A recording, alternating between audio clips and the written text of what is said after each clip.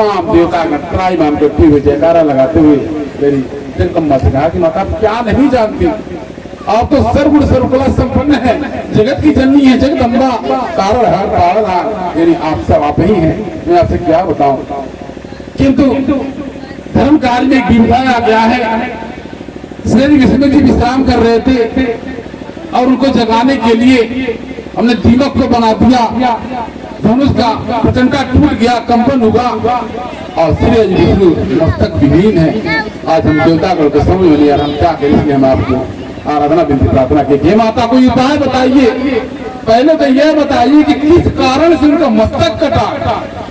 माता जी ने पूरे जोर से अट्टास किया, सुनो इसका एक कारण नहीं है, दो कारण है।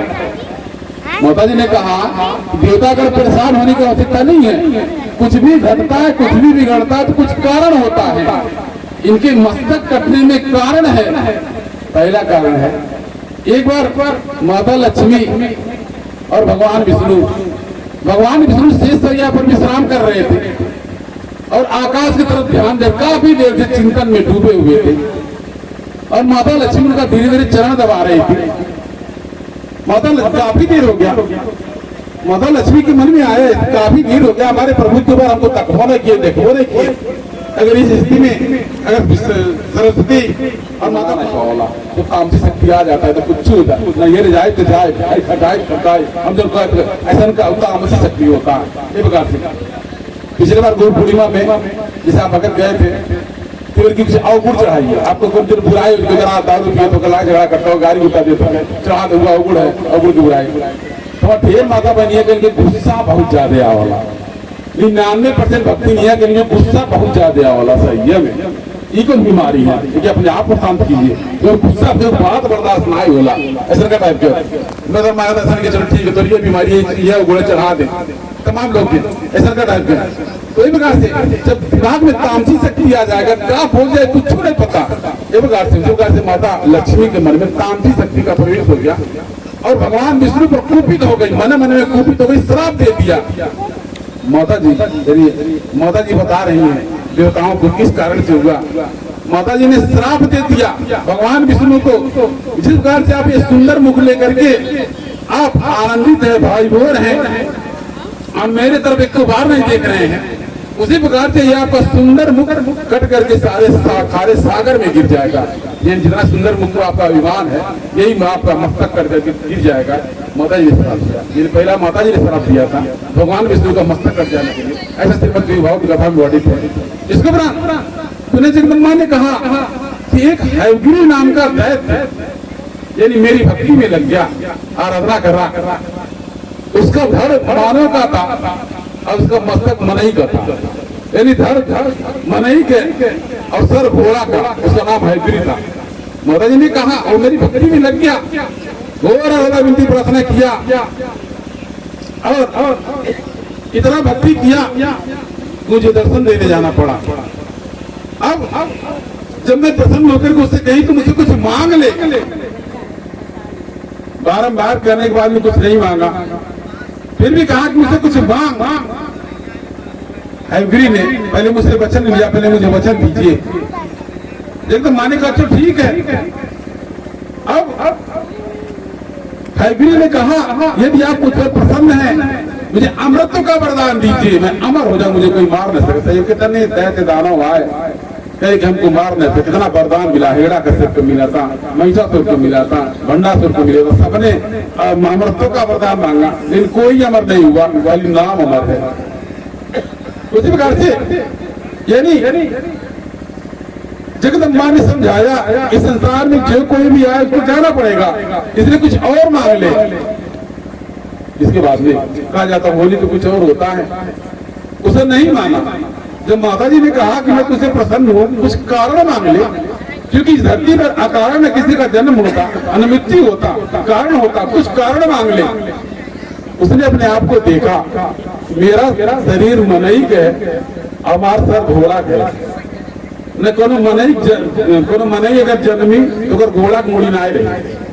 तब उसने वरदान मांगा, मतलब हयग्रीव ने कि माता जी अगर आप मुझे पसंद है और कुछ कारण मेरी मृत्यु मेरे हमशक्ल से हो, यानी कहने मतलब जिगर घोड़ा का सर रहे और मनी यानी घोड़े का मस्तक काट के भगवान विष्णु की गर्दन पर रख दिया जाए, वे जीवित हो जाएंगे।